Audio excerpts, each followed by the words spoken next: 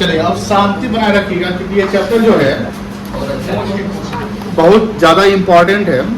और इस चैप्टर के जो कंटेंट्स है, तो जो टॉपिक है वो आपको आने वाले चैप्टर एडमिशन, रिटायरमेंट, डेथ में पढ़ना है।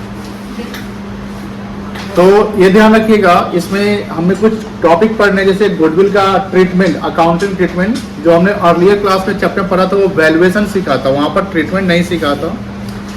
इस चैप्टर से हम लोग को ट्रीटमेंट सीखना है गुडविल का, जो सेल्फ जनरेट गुडविल होते हैं और परचेज गुडविल, दोनों प्रकार के गुडविल का सीखना है।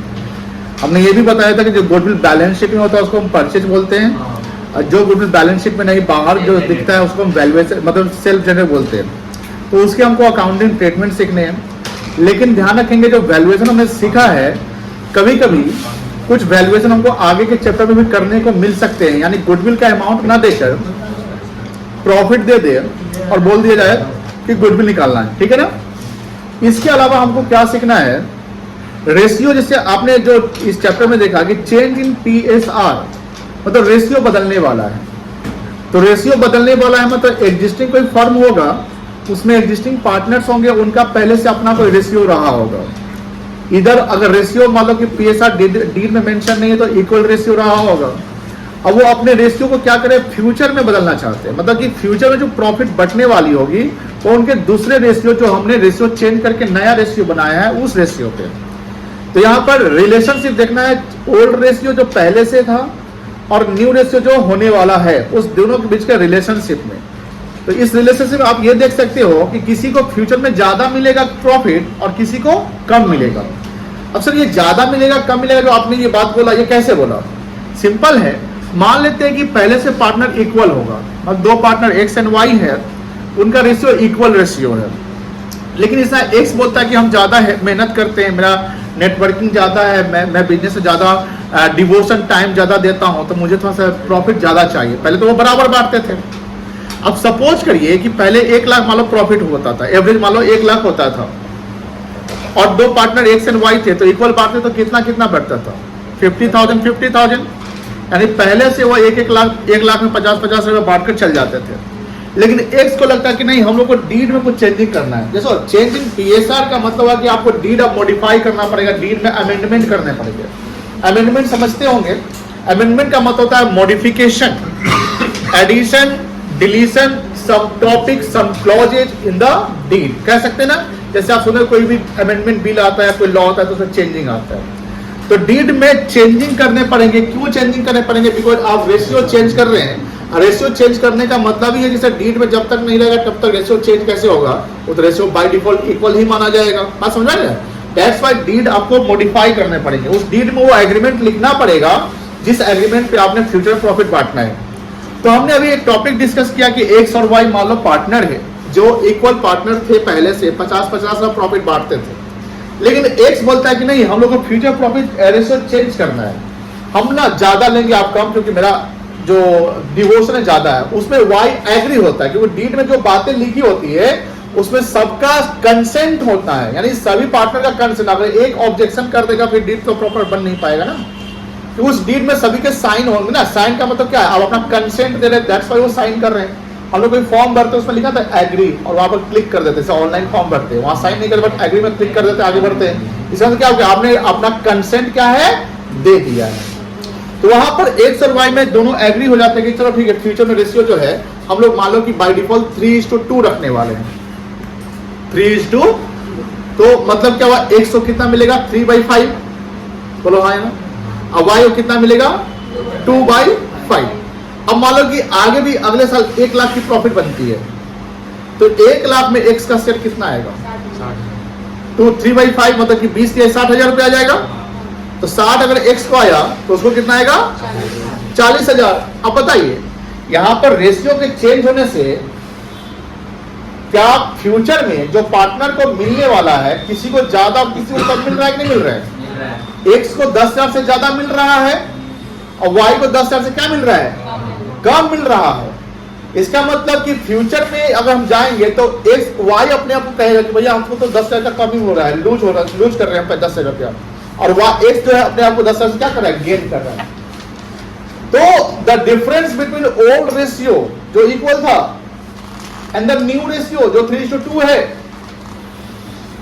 The difference between old ratio and new ratio will be called the gaining ratio और सैक्रिफाइसिंग रेशियो। यानी हमें यहां पर एडजस्टमेंट करना पड़ेगा ओल्ड और न्यू के बीच में, ठीक है। और ओल्ड और न्यू के बीच में करेंगे तो एक आएगा गेनिंग और एक आएगा सैक्रिफाइसिंग। जिसको फ्यूचर में प्रॉफिट ज्यादा मिलने वाला है, मतलब जिसका रेशियो ज्यादा है वो फ्यूचर में गेन कर रहा है तो उसका गेनिंग रेशियो आ जाएगा। लेकिन फ्यूचर में जिसको कम मिलने वाला है वो क्या कर रहा है, सैक्रिफाइस कर रहा है, उसका क्या रेशियो आएगा, सैक्रिफाइसिंग। तो ये सब हमको कुछ कैलकुलेशंस यहां पर सीखने हैं। हमको निकालना होगा सैक्रिफाइसिंग रेशियो, कहीं पे गेनिंग रेशियो निकालना होगा, कहीं पे न्यू रेशियो निकालना है, हो सकता है कहीं पे आपको ओल्ड रेशियो ही निकालना पड़ जाए क्वेश्चन के अकॉर्डिंग। तो ये जो गेनिंग रेशियो और सैक्रिफाइसिंग रेशियो जो टॉपिक बनने वाला इस चैप्टर में, ये टॉपिक एडमिशन, रिटायरमेंट, डेथ यानी वो सब जगह काम आने वाला है। उसके बाद मान लो कि जब जैसे फर्म का रेशियो चेंज होता है, रिलेशनशिप पार्टनर के बीच में चेंज हो जाएगा। पार्टनरशिप और फर्म दोनों सेम है कि अलग अलग है, बताइए पहले। पार्टनरशिप एंड फर्म सेम है कि अलग अलग है, अलग अलग है, जब मन में भर के रखिएगा। Partnership is the relation among the partners. Partnership is what, partnership is the relation among the partners. Firm क्या है, firm the group of individual partner is called firm. Firm पे बिजनेस का नाम जिसको एंटिटी को कहते हैं firm. Entity not the partnership, partner just the relation among the partners. अब यह फर्म जब रेशियो चेंज होता है तो बहुत कुछ चेंज होने वाला है। जब रेशियो चेंज होता है तो बहुत कुछ चेंज होने वाला है। सर क्या चेंज होगा, अरे सर रेशियो जैसे चेंज हुआ, फ्यूचर में जिसका रेशियो ज्यादा है उसको हर चीज ज्यादा मिलेगा और जिसका रेशियो कम है उसको हर चीज क्या मिलेगा।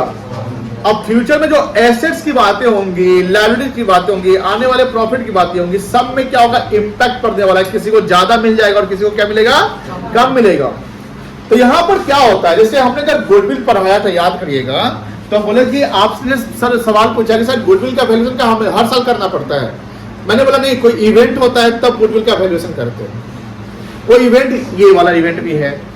Change in PSR is the event. Event क्या है कि सर इसके रेशियो के चेंज होने से फर्म के पोजीशन पे, पार्टनर्स के पोजीशन पे इंपैक्ट पड़ेगा। एंड उस इंपैक्ट में होगा क्या कि जिसका रेशियो ज्यादा है तो उसको गुडविल का भी वैल्यू ज्यादा मिल जाएगा, जिसका रेशियो कम है उसको गुडविल का वैल्यू कम मिलेगा। इवन दो हमने बोला कि गुडविल पास्ट ईयर प्रॉफिट से क्रिएट किया जाता है। तो रेशियो तो आप आज चेंज कर रहे हो, आज से पहले जो गुडविल बन चुका है उस गुडविल का फायदा तो जो जिसका रेशियो कम है उसको मिलना चाहिए, नहीं मिलना चाहिए।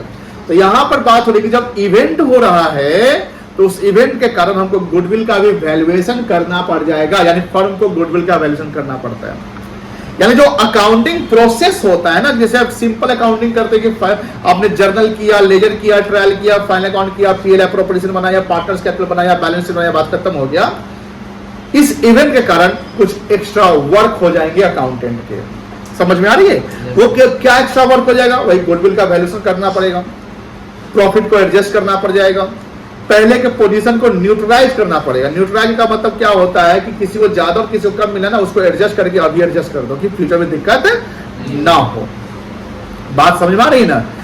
एसेट्स जो हमारे होंगे उसका रीवैल्यूएशन करना पड़ेगा। आपने पढ़ा होगा 11th में बेसिक कॉन्सेप्ट्स ऑफ अकाउंटिंग हम पढ़ाए होंगे। हम जब 11th शुरू करते हैं, आपने भी 11th पढ़ा होगा, तो अब 11th में हम शुरुआत जर्नल से नहीं करते हैं। 1-1.5 महीना आपको बेसिक कॉन्सेप्ट, 1 महीना बेसिक कॉन्सेप्ट्स ऑफ अकाउंटिंग। जो कॉन्सेप्ट है वो स्ट्रक्चर होता है। कॉन्सेप्ट क्या है, स्ट्रक्चर होता है। जैसे मान लो कि हमने एसेट्स में बताया था कि जिसकी लाइफ 1 साल से अधिक है, जिसको हम 1 साल से अधिक यूज करते हैं उसको हम एसेट्स मान लेते हैं, मानते हैं ना। लेकिन हमने जब ये भी बताया कि सर मान लो कि कैलकुलेटर है, आपने कैलकुलेटर खरीदा या आप जानते होंगे, उसकी लाइफ 2-3 साल या 3 साल का वारंटी अगर देता है, मतलब मानो ना 3 साल तक मेरा लाइफ है, उसे कैलकुलेटर का एटलीस्ट 3 साल होगा। अगर 3 साल में खराब हो तो कंपनी तो वापस कर ही देगा। तो क्या उस कैलकुलेटर को एसेट्स मानना पड़ेगा? नहीं मानना पड़ेगा। उससे भी एक कॉन्सेप्ट, अब क्यों नहीं मानना पड़ेगा? आपने बोल दिया कि नहीं मानेंगे, तो क्यों नहीं मानेंगे बता सकते हैं? कम अमाउंट है, उसमें एक कॉन्सेप्ट आता है। कोई कॉन्सेप्ट किसी को याद है? वो कॉन्सेप्ट क्या कॉन्सेप्ट होता है अकाउंटिंग कॉन्सेप्ट में? नो, कॉस्ट कॉन्सेप्ट नहीं है। बता दो, एक लिख एक्स्ट्रा ही नाम बताओ। एम से नाम है, एम से क्या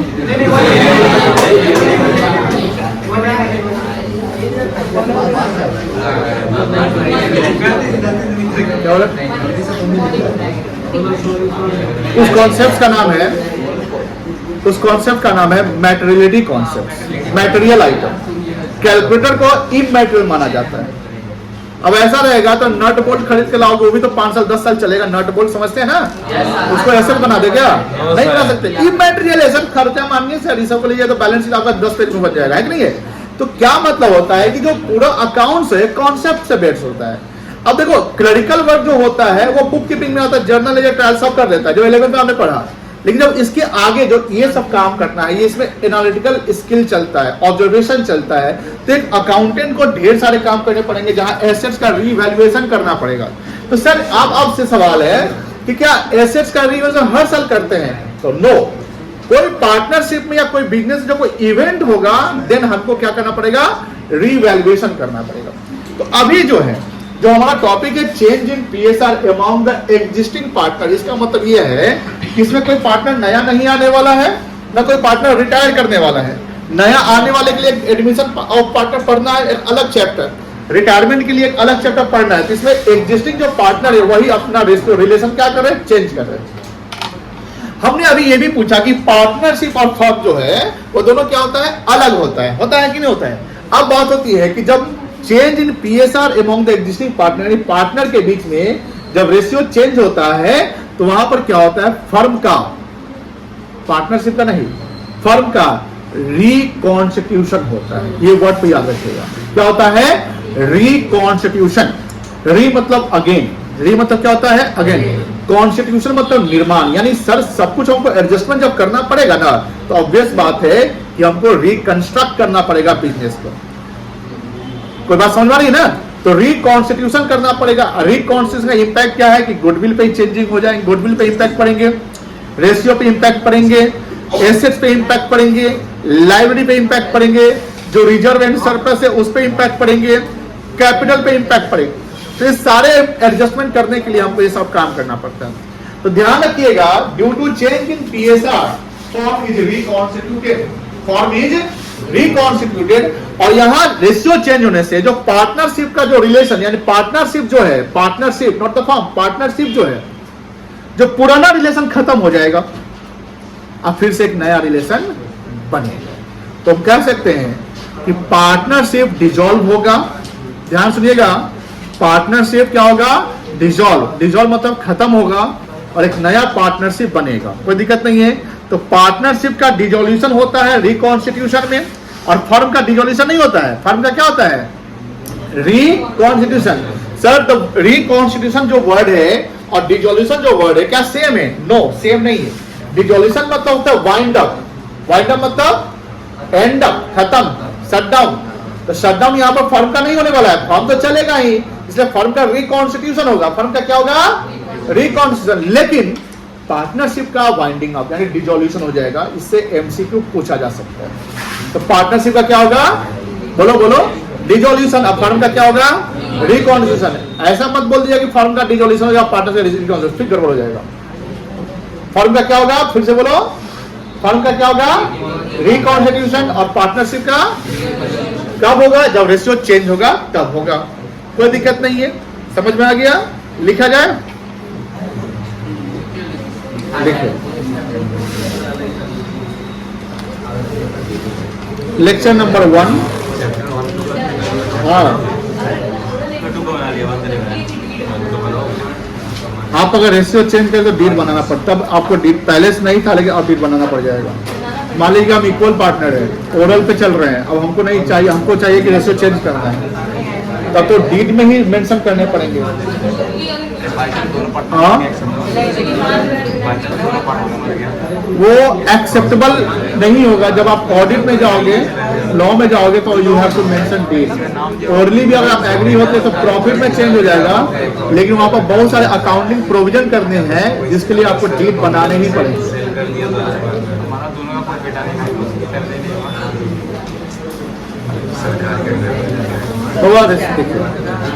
सर ये मान रहा है कि दो पार्टनर, दोनों पार्टनर बढ़ गया तो डिसॉल्यूशन हो जाएगा। उसका जो पैसा उसके लीगल हेयर को जाएगा, परिवार को जाएगा, अकाउंटेंट तो परिवार ही नहीं है दोनों। इकोनॉमी से टॉपिक पढ़ना है हम लोगों को बैंकिंग में, आरबीआई में, ठीक है ना, तो वो पैसा गवर्नमेंट को चला जाता है। चला जाता है। अगर आपके पास किसी के पास प्रॉपर्टी है, वो प्रॉपर्टी वाला मर गया, उसके कोई मतलब कि क्या बोलते उत्तराधिकारी नहीं है, बाय डिफॉल्ट स्टेट गवर्नमेंट को चला जाएगा। तो सर फुप्पा मामा इसको इश्चित कहते हैं, इश्चित। सर तो उसके फुप्पा मामा लोग आ गए कि हमको दे दो। नहीं, वो रिलेटिव में नहीं आते हैं। नॉमिनी का होता है ना। चाचा आ जाएंगे, रिलेटिव चाचा में चाचा को मिल जाएगा। हाँ, चाचा आ जाएंगे। आप क्या बोल रहे थे? आपको यहाँ नॉमिनल होगा उसी को मिलेगा ना। Nominee, yes. अभी ना नॉमिनल में चाचा का नाम नहीं लिया होगा तब भी चाचा ले सकते हैं। क्या बोल रहे हैं? अगर नॉमिनल में चाचा का नाम नहीं होगा तो हाँ, खून का अधिकार, खून का रिश्ता है, मिल जाएगा। पटीदार ये सब पटदार को नहीं, गोतिया को नहीं। ए, चलो, और कोई डाउट किसी को और पूछना है कुछ तो लिखो शांति से।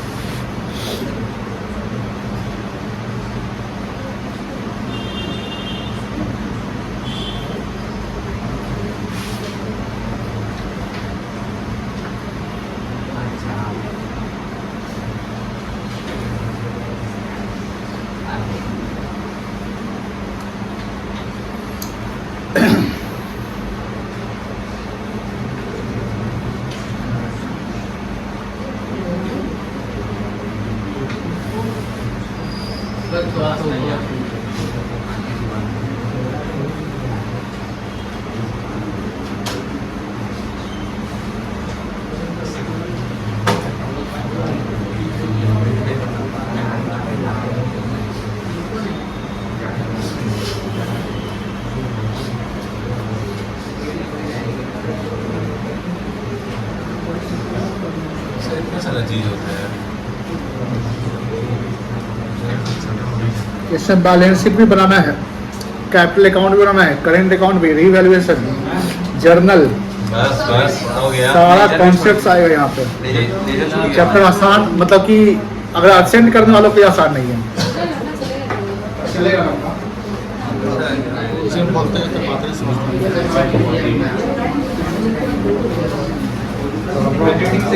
अपना आधा घंटा मेहनत बर्बाद दिया गया है, तो मर्ज करने में आधा घंटा लग जाता है ना।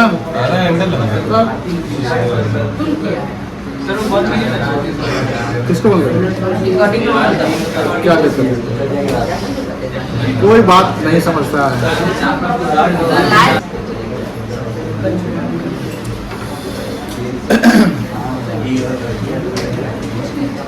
लिखिए,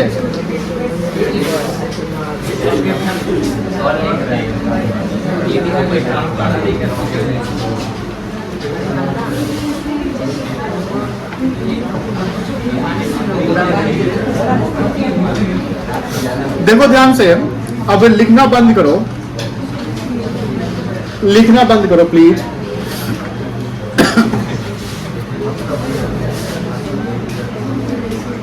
ये एक्स है और ये वाई है।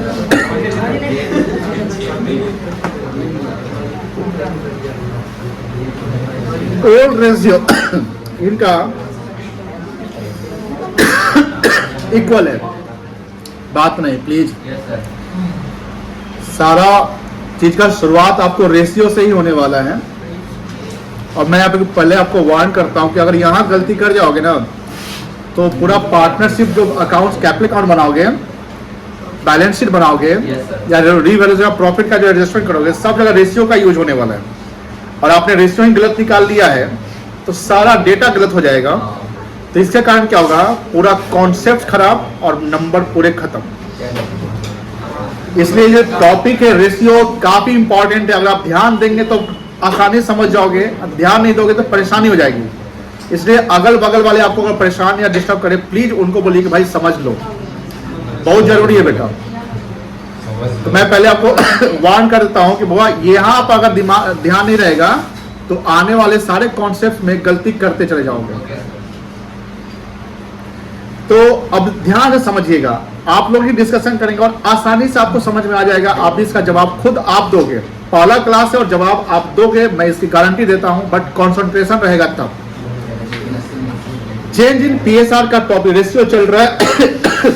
हमने एक और वाई दो पार्टनर एज्यूम कर लिया, उनका अपना पहले से जो रेशियो डिसाइडेड था इक्वल था। ये लोग अपने रेशियो में चाहते कि हम चेंज करते और ये चाहते कि हमारा रेशियो 3:2 रहना है। मतलब कि ये हो जाएगा 3/, और ये हो जाएगा 2/। पहले से इनका 1/2 और कोई दिक्कत नहीं है। मान लेते हैं कि उस समय प्रॉफिट का क्रेडिट बैलेंस अगर पीएल लिखा रहे और वहां कोई साइन क्रेडिट और डेबिट का नहीं रहे तो उसको हम प्रॉफिट मानेंगे। पीएल लिखा रहे, साइन क्रेडिट और डेबिट का ना रहे तो उसको हम प्रॉफिट मानेंगे। पीएल लिखा रहे, साइन क्रेडिट का है, बाय डिफॉल्ट वो प्रॉफिट ही है, क्रेडिट मतलब प्रॉफिट है। लेकिन पीएल लिखा रहे और साइन डीआर का रहे तो डिम्ड वो लॉस है। Debit all expenses and losses, credit all income and gains, nominal account, कोई दिक्कत नहीं है। तो डेबिट का मतलब वो लॉस नहीं होगा, समझे? तो लॉस कब मानना है, जब कोई आइटम आपको उसके साइन उल्टा है। कैपिटल के साइन डेबिट लिखा हुआ है तो वो नेगेटिव कैपिटल हो गया, और सिर्फ कैपिटल लिखा हुआ है उससे साइन ना क्रेडिट है ना डेबिट है तो पॉजिटिव कैपिटल है, कोई दिक्कत नहीं है। तो यहाँ पीएल का क्रेडिट है, मतलब ये प्रॉफिट है। और फर्म का प्रॉफिट मान लो 1 लाख रुपया, ठीक है। अब सपोज करते हैं कि ओल्ड के अनुसार हम बांटे हैं तो x को कितना मिलेगा 50,000 और y को 50,000 और अगर न्यू के अनुसार बांटे तो 1 लाख का 3/5 हो जाएगा। अभी कोई नहीं लिखना, 60,000 हो जाएगा।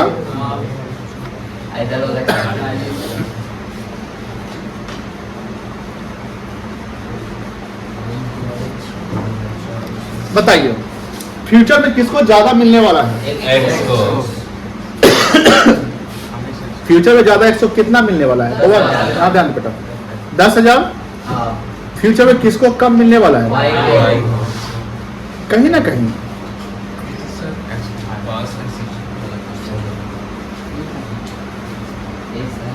इसका एक्सेस हो गया उसको कौन लूज करेगा फ्यूचर में? y लूज करेगा। कौन गेन करेगा? यानी आने वाले जितने भी साल 100 रहेंगे और 3 बांटेंगे, y को सॉरी x को फायदा ही मिलेगा और y को क्या मिलेगा? लेकिन फायदा और नुकसान कितने का होगा? 10,000 का, पूरा का नहीं, यानी पूरा न्यू रेशियो का नहीं। The difference between old ratio और न्यू रेशियो, जो अगर किसी को जितना से फायदा हो रहा है उतना ही से किसी को नुकसान होने वाला है। अगर ये 10,000 से गेन कर रहा है फ्यूचर के लिए, तो 10,000 से क्या कर रहा है? लॉस, जिसको वर्डिंग अकाउंटिंग भाषा बोलेंगे सैक्रिफाइस। वर्ड पे ध्यान रखिए, गेन सैक्रिफाइस। क्या बोलेंगे? Gain sacrifice. और सारे फॉर्मूला हम लोग इसी के अनुसार बनाने वाले हैं। फॉर्मूला आपको रटना नहीं है, फॉर्मूला समझना है, बनाना है। आपको फॉर्मूला रटाया नहीं जाएगा, ध्यान रखिएगा। आपको बस इसके अनुसार फॉर्मूला अपने आप बना लेना है, ठीक है। अब यहां पर जो x है वो गेन कर रहा है और जो y है वो क्या कर रहा है? सैक्रिफाइस। तो x कहलाएगा गेनिंग पार्टनर। क्या कहलाएगा? और y क्या कहलाएगा? Sacrificing partner. कोई दिक्कत है तो बोलिए। अब रेशियो में कोई गेन जितना रेशियो गेन किया या जितना रेशियो सैक्रिफाइस किया, तो रेशियो के अगर भाषा में कहे तो जितना से आप गेन कर रहे हैं उसको बोलेंगे गेनिंग रेशियो। क्या बोलेंगे बेटा? Gaining ratio. और इसको क्या बोलेंगे यहां पे? Sacrificing ratio. कोई दिक्कत है? नहीं है। अब बताओ y जो है थोड़ा सा दुखी है कि फ्यूचर में उसको कम मिलने वाला है। एट प्रेजेंट अगर 1 साल का डेटा करें तो 10,000 रुपया उसको एक ज्यादा लेने जा रहा है। यहां पर एक लीगल प्रोविजन, कोर्ट के जजमेंट या जो डीड है या आप नेचुरल जस्टिस भी कह सकते हैं, सारे चीज यहाँ पर अप्लाई होंगे। एथिक्स भी अप्लाई हो जाएंगे। यहाँ पर एक्स का ड्यूटी बनता है कि वाई को जितना से वो सैक्रिफाइस कर रहा है उतना हम क्या कर दे? कॉम्पनसेट कर दे। बात तो बराबर कैसे कॉम्पनसेट क्या कर दे? मुआवजा। हर साल मुआवजा नहीं मिलने वाला है। आप इस साल, जिस साल आपका इवेंट हुआ है उस साल, मान लो 10 साल बाद फिर रेशियो चेंज होगा तो फिर वहां पर कॉम्पनसेशन होगा। अब मान लेते हैं प्लीज, अगर सेकेंड ईयर में भी वैसी प्रॉफिट, सेकेंड में जो प्रॉफिट आएगा, सेकेंड ईयर में जो प्रॉफिट आएगा तो उसको कैसे बांटोगे? जो न्यू रेशियो रहा होगा उसी बांट दोगे। तो वहां कोई कॉम्पनसेशन नहीं मिलने वाला है। कॉम्पनसेशन मिलेगा at the time of event, at the time of change in ratio. The partner who gains the share will compensate. The partner who gains the share will compensate to the partner who sacrificed the share. उसकी duty, moral duty बन जाएगी कि भैया आज हमारा जो 1 लाख का profit है, इस पे जो पार्टनर को फ्यूचर में कम मिलने वाला है उतना हमारा ड्यूटी कि हम ज्यादा ले रहे हैं तो उसको हम उतना कॉम्पनसेट, कि भाई तू ले लो, कॉम्पनसेट करना पड़ेगा। अब यहां डेबिट क्रेडिट के कॉन्सेप्ट पे आइए कि सर एक्स को कितना मिलना, वाई को, इसको क्रेडिट करेंगे ना, तो एक्स को क्रेडिट होना चाहिए, मतलब 50 ऐसा 5 ऐसे में पड़े होंगे यार। तो एक्स को क्रेडिट करेंगे 60,000 से, वाई को क्रेडिट करेंगे 40 से। या एक्स गेन कर गया है, क्या कर गया है, और वाई क्या कर गया है, सैक्रिफाइस। अब बताओ एक्स गेन कब कर रहा है? जब उसका न्यू ज्यादा है और ओल्ड क्या है? बोलो हाँ या ना। ये समझ में आ रही है? New minus old. और सेक्रीफाइस कब कर रहे हैं? जब आपका न्यू कम है और ओल्ड क्या है? ये समझ में आ रही है? आप अमाउंट को भी फोकस कर सकते हैं, रेशियो को। यहां पर ये न्यू है और ये ओल्ड है, तो न्यू और ओल्ड में कौन ज्यादा है? न्यू है, तो new minus old, new minus old क्या बन रहा है? गेनिंग। बोलो हाँ ना, फॉर्मूला बन रहा है। और यहां पर न्यू कितना है?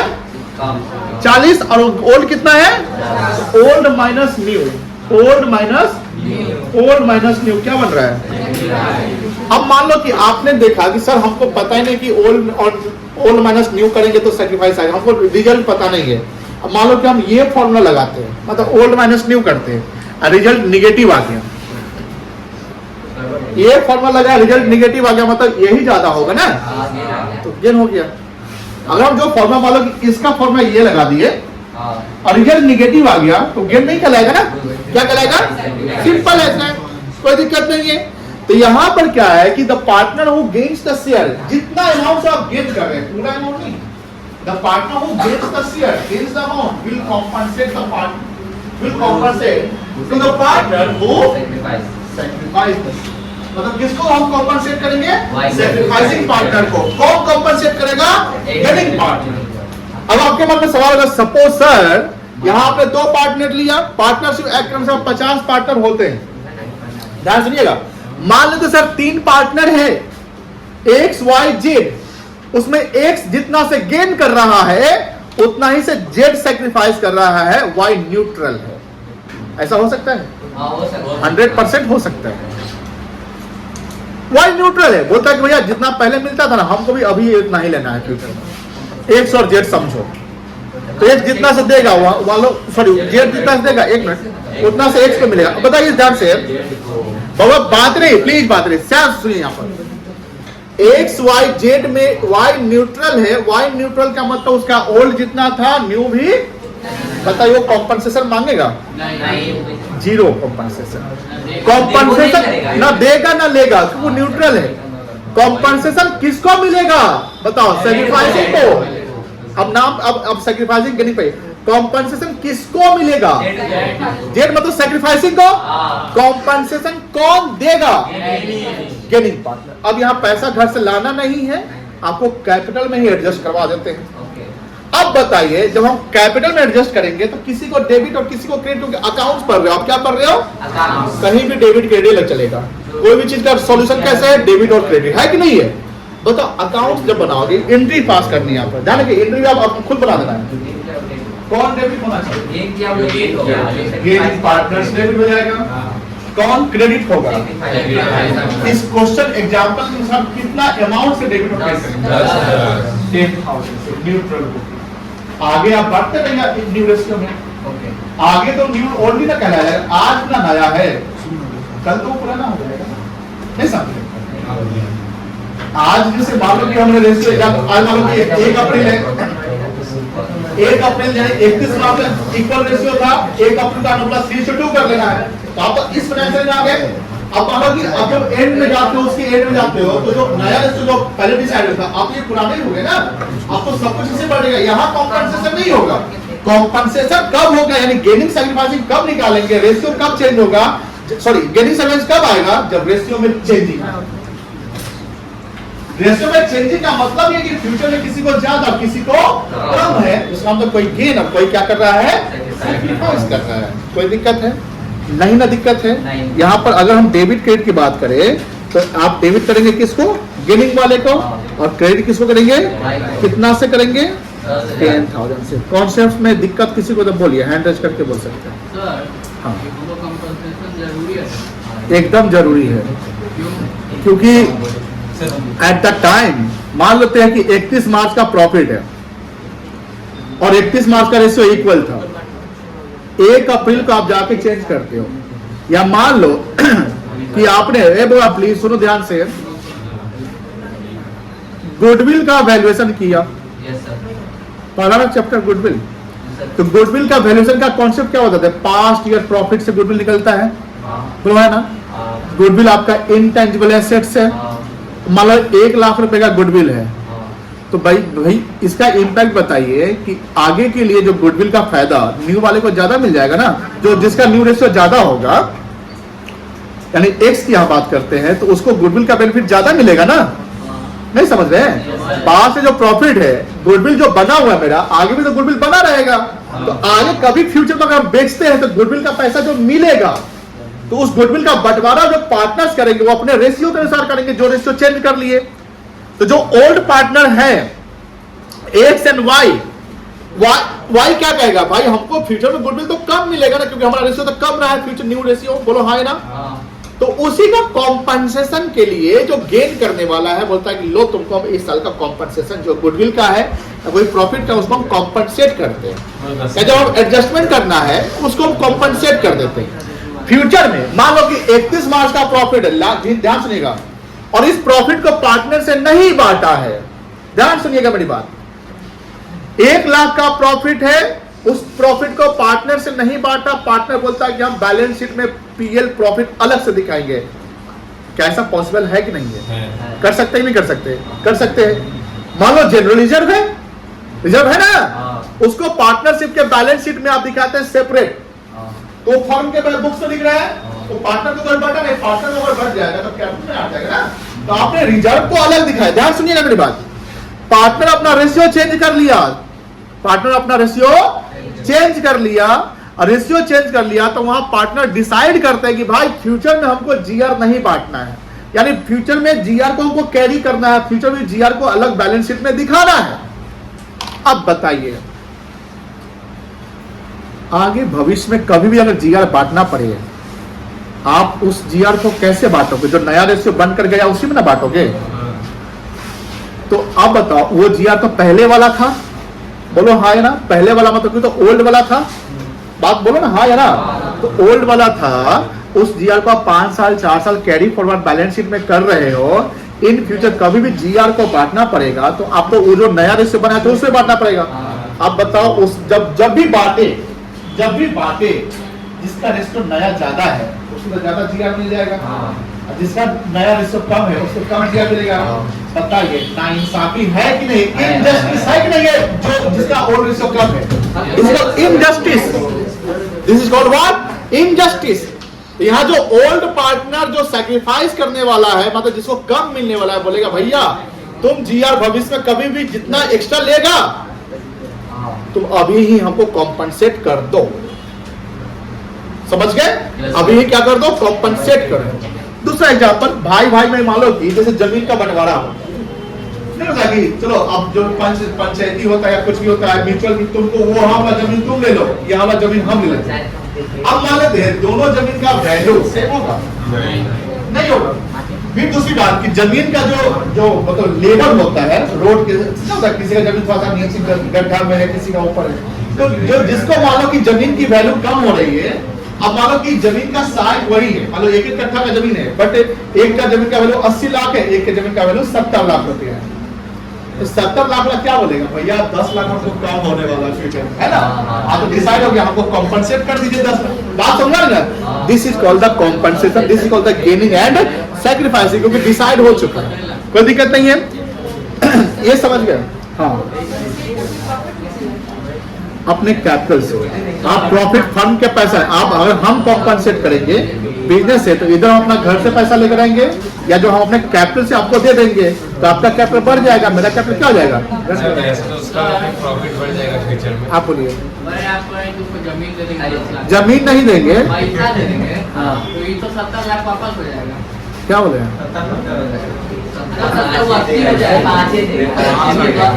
नहीं 5 होगा। समझ गए? आप पूछिए। जिसके जमीन का वैल्यू कम है, फ्यूचर अगर उसका वैल्यू बढ़ जाए तो उसका लक है। अब देखिए एक बच्चा बोल रहा है कि सर आपने बोला, सुनो है बुआ प्लीज, ए हीरो, ये बच्चा बोला कि सर आपने बोला कि 70 वाले का को कॉम्पनसेट करेगा कौन? 80 वाला। अब भविष्य में मान लो कि 70 वाला का जो जमीन का लोकेशन है वहां पर कोई एम्स बन गया, उसका जमीन 70 से 1 करोड़ 70 लाख हो गया, तो उसका लक है। मान लो कि जिसको कम, देखो ऐसा भी तो हो सकता है, प्लीज फ्यूचर में सुनो, क्रक्स समझो, फ्यूचर में हमने बोला न्यू रेशियो जिसका ज्यादा उसको ज्यादा मिलेगा, बोला ना।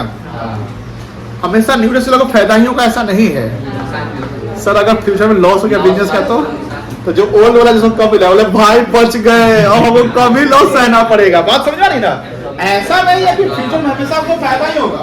न्यू रेशियो वैसे 3x को यहाँ पर ज्यादा मिल रहा है ना। हम मान लो कि अगले साल 1 लाख का लॉस करा दिए, अगले साल 1 लाख का आप क्या करा दिए, अब बताइए x कितना लॉस आएगा? 60 x आएगा यार। देख तो दिस रेशियो के चेंज होने से अब देखो यहाँ पर अगर जो सिचुएशन है वही डिपेंड करता है कि आगे क्या होगा, वो डिसाइडेड नहीं है अभी से, वो अनसर्टेन है, कॉन्टिजेंट है, वो डिपेंड करता है आपके एक्टिविटी पे। अब फिर पूछना चाहते हैं कुछ, पूछिए। जैसे माने जिसका कम पैसा मिल रहा है उसको ज्यादा वाला अगर कंपेंसेशन देगा, इन फ्यूचर जब लॉस होगा तो कम वाला कंपेंसेशन नहीं, एक ही बार तो एक दफा हो गया। फ्यूचर की बातें सब न्यू रेशियो पे होगी। प्रॉफिट में जब कंपेंसेशन दिया तो लॉस में नहीं, हाँ एट प्रेजेंट अगर अभी 1 लाख का लॉस है तो हम कॉम्पनसेट करेंगे।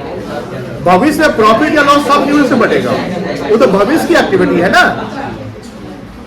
मान लो कि 25 हम सुनो ना बाबू प्लीज, आगे जो लॉस इनकर्ड किए वो तो आगे 1 साल का ऑपरेशनल एक्टिविटी से, तो 1 साल का जो एक्टिविटी हुआ वो तो नए रेशियो के अनुसार एक्टिविटी हुआ होगा। हम क्या बोल रहे हैं कि आज आप 31 मार्च को आप रेशियो चेंज कर रहे हो, आज अगर प्रॉफिट है तो प्रॉफिट कॉम्पनसेट करेगा गेनिंग वाला सैक्रिफाइसिंग वाले को, लेकिन अगर आज लॉस ही है तब सैक्रिफाइसिंग वाला कॉम्पनसेट किसको करेगा? गेनिंग वाला। रेशियो चेंज हो जाएगा, उल्टा हो जाएगा। बात समझा रहे हैं क्या आप? फिर कोई कुछ पूछ रहा था, कुछ पूछ रहे थे? सर 3 पार्टनर है, एक का 10,000 क्या हुआ, दो एक का 7,000 गेन हुआ, एक का 3,000 गेन हुआ, तो दोनों मिलकर कंपनसेट करेगा। हाँ, अगर 3 पार्टनर है, 2 पार्टनर गेन कर गया तो तीसरा ऑब्वियसली सैक्रिफाइस करेगा।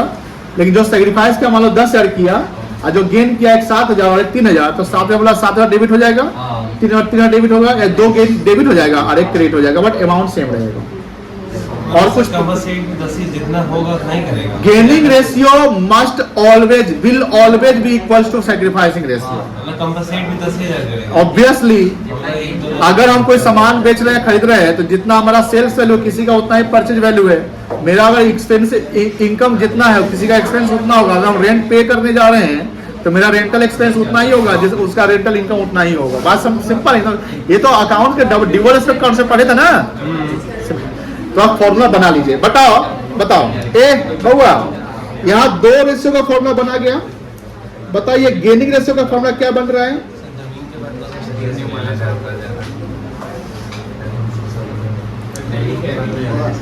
अभी नहीं लिखिए प्लीज। गेनिंग रेशियो का फॉर्मूला क्या बन रहा है बता सकते हो? तो यहां लिखेंगे न्यू रेशियो माइनस, कोई दिक्कत? अब सर क्या सैक्रिफाइसिंग रेशियो का फॉर्मूला बन जाएगा?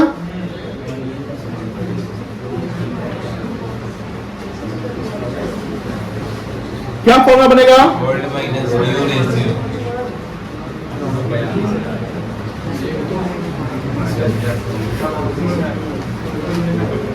सुनो ध्यान से बच्चा लोग, अभी ध्यान होना। अब मैं आपसे एक सवाल पूछने जा रहा हूं। सर अगर न्यू रेशियो का फॉर्मूला बनाना है, 2 ऊपर के फॉर्मूला को देखकर बना gaining ratio minus old ratio gaining plus क्या बनेगा फॉर्मूला? अगर इसको इससे इक्वेशन बनाओगे, हमको ये निकालना है, तो ओल्ड प्लस क्या हो जाएगा?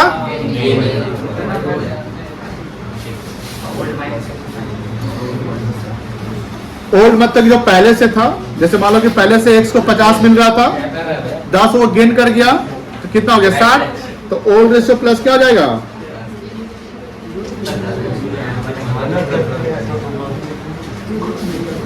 अच्छा ये बताओ, क्या न्यू रेशियो का दूसरा फॉर्मूला बन सकता है? क्या बनेगा? ओल्ड रेशियो माइनस सैक्रिफाइसिंग हो सकता है।